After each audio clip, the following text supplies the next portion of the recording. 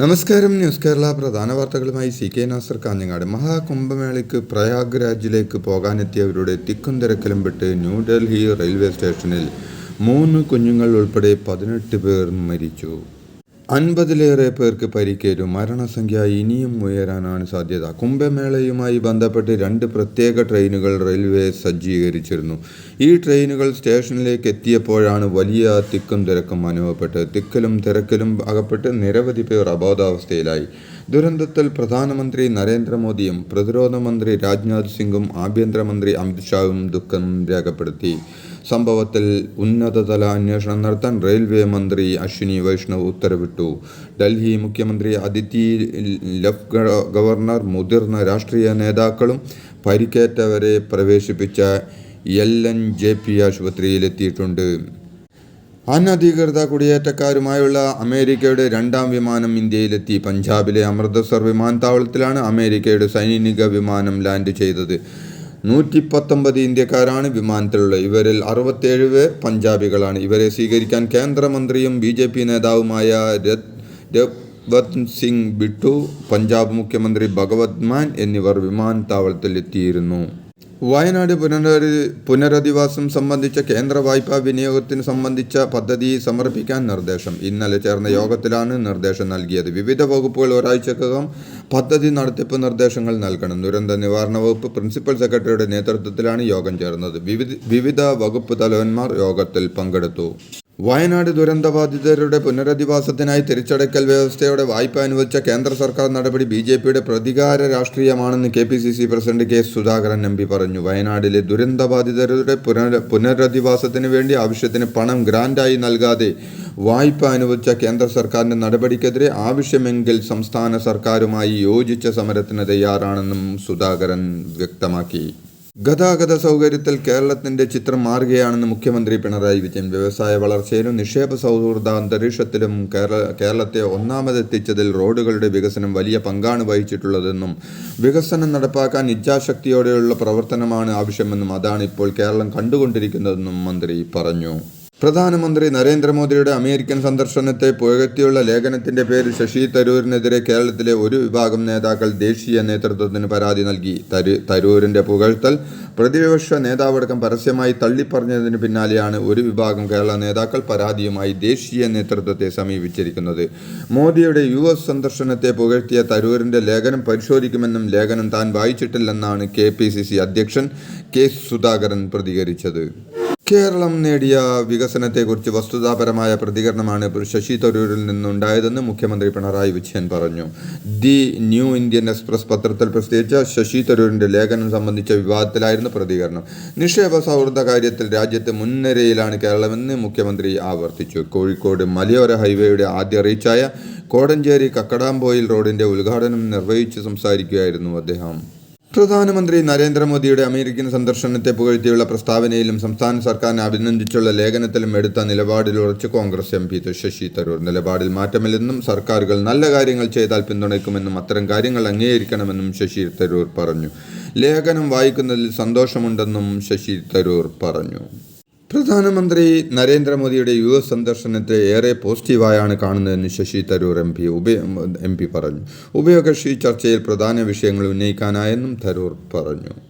പ്രധാനമന്ത്രി നരേന്ദ്രമോദിയുടെ അമേരിക്കൻ സന്ദർശനത്തെ പുകഴ്ത്തിയ ശശി തരൂർ MPയുടെ നിലപാട് തള്ളി കോൺഗ്രസ്. തരൂരിൻ്റേത് വ്യക്തിപരമായ അഭിപ്രായം മാത്രമാണെന്നും പാർട്ടി നിലപാടില്ലെന്നും ദേശീയ വക്താവ് പവൻ ഖേര പറഞ്ഞു. കേരളത്തിലെ സംരംഭത്തിന്റെ കണക്ക് ശശി തരൂരിന് എവിടെ നിന്ന് കിട്ടിയെന്ന് പ്രതിപക്ഷ നേതാവ് VD സതീശൻ. ഏത് കണക്കിന്റെ അടിസ്ഥാനത്തിലാണ് ശശി തരൂർ ലേഖനം എഴുതിയതെന്ന് അറിയില്ലെന്നും ലേഖനം പാർട്ടി പരിശോധിക്കട്ടെ എന്നും അദ്ദേഹം കൂട്ടിച്ചേർത്തു. സ്റ്റാർട്ടപ്പ് രംഗത്തെ വളർച്ചയും വ്യവസായ സൗഹൃദ റാങ്കിങ്ങിൽ കേരളം ഒന്നാമത് എത്തിയതും ചൂണ്ടിക്കാട്ടിയാണ് ഇംഗ്ലീഷ് ദിനപത്രത്തിൽ ശശി തരൂരിന്റെ ലേഖനം. ശശി തരൂർ പറഞ്ഞ് കേരളത്തിലെ കോൺഗ്രസിന്റെ അഭിപ്രായമല്ലെന്ന് K. മുരളീധരൻ.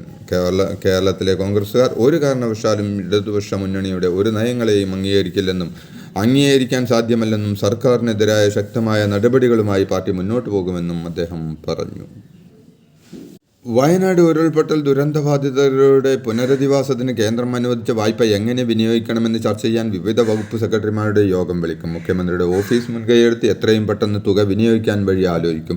പദ്ധതി തുടങ്ങിവെച്ച ശേഷം കേന്ദ്രത്തോട് കൂടുതൽ സമയം തേടും. വയനാട് ഉരുൾപൊട്ടൽ ദുരന്തബാധിതരുടെ പുനരധിവാസത്തിനെന്ന പേരിലുള്ള 529.50 കോടിയുടെ വായ്പ മാർച്ച് 31-നകം ഉപയോഗിക്കണമെന്ന വ്യവസ്ഥയോടെയാണ് മൂലധന നിക്ഷേപ പദ്ധതികൾക്കുള്ള പ്രത്യേക സഹായ പദ്ധതിയിൽ വായ്പ അനുവദിച്ചത്.